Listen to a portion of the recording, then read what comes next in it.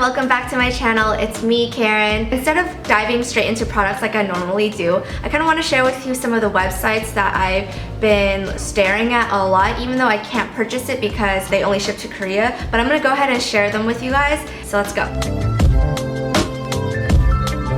You know how sometimes you're on Instagram and then if you like something, you check who they're following or their suggested list? So this is what happened to me one day, and I ended up being on an Instagram limbo, and it was like the best feeling ever because I was seeing things that I don't normally see in my discovery feed. This first brand that I've checked out is called IAMKARENO. When I first saw it, I was like, oh yeah. Okay, there's something about the look and feel of it that really stuck out to me because it's retro but also futuristic at the same time, and it sounds like a paradox. And the futuristic vibe comes from the gaming aspect of it. You'll see that a lot of the font is more square and digitalized looking. And then another thing that just stuck out to me a lot about this brand is they wear a lot of hoodies and oversized tees and sweatpants. These are the three things I basically live in all my life because I love being at home. I'm a homebody. I watch a lot of TV shows, and when I want to step outside, I still want to stay in my comfy clothes. So when I saw this brand, I'm like, well, I can't get my hands on it. I might as well be inspired by it and hopefully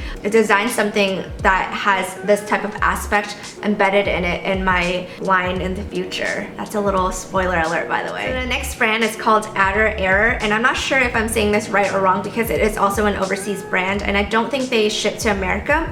I just love looking at it for its inspiration. I watched Etude recently because it was on Netflix, and literally the outfits from IAMKARENO looks like it was straight up copied from the boys from the 70s in E.T. It's the definition of androgynous outfits because it shows absolutely no shape at all, but the colors are really fun and bright. So they use a lot of blues and reds and yellows, basically the primary colors that I've been really into lately. The attitude of it is really laid back, almost too cool for school, a retro vibe to it. It doesn't show skin, it's not sexy, but it's still really badass.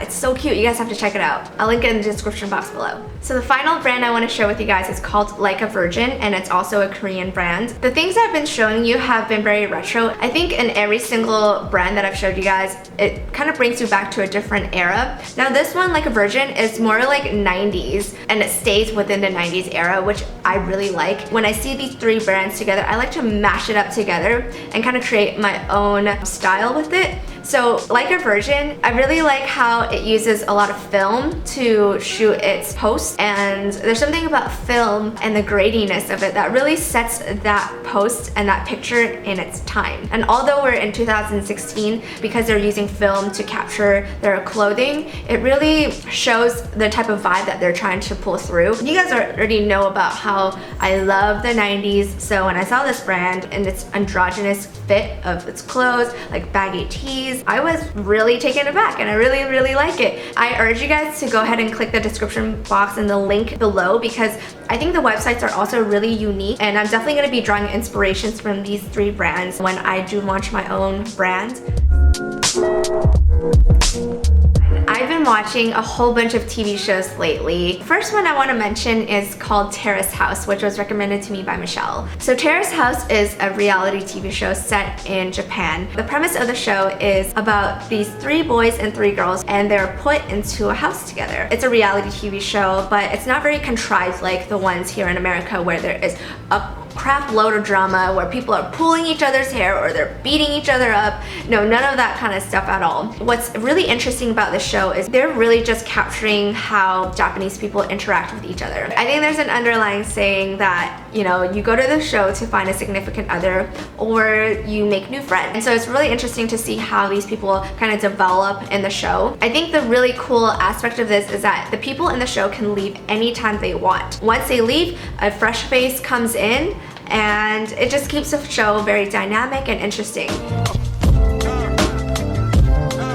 I finally caved and I bought myself a pair of Vans. So I joined the club, the Vans Club. These are my favorite shoes at the moment. I'm not gonna lie though, they're not the most comfortable shoes. Keds make more comfortable like sneakers, but you know, these are skate shoes. They're not supposed to be that comfortable. So they do its job and they really tie every single outfit that I've been wearing together. And if you guys follow me on Instagram and Snapchat, then you guys know I've been living in these type of shorts. Actually, this particular one, 4 days in a row. It's a perfect indoor shorts because they're so soft and comfy, and they're actually from Brandy Melville. I got them in 3 different colors. Yeah. So the first color that I'm super into this summer is this orangey color that is a very true orange in my opinion, but it's not too overpowering. It's very subtle. It's also very moisturizing. So in the summer months when it's super dry outside, you can just pop this on your lips and it'll moisturize it completely.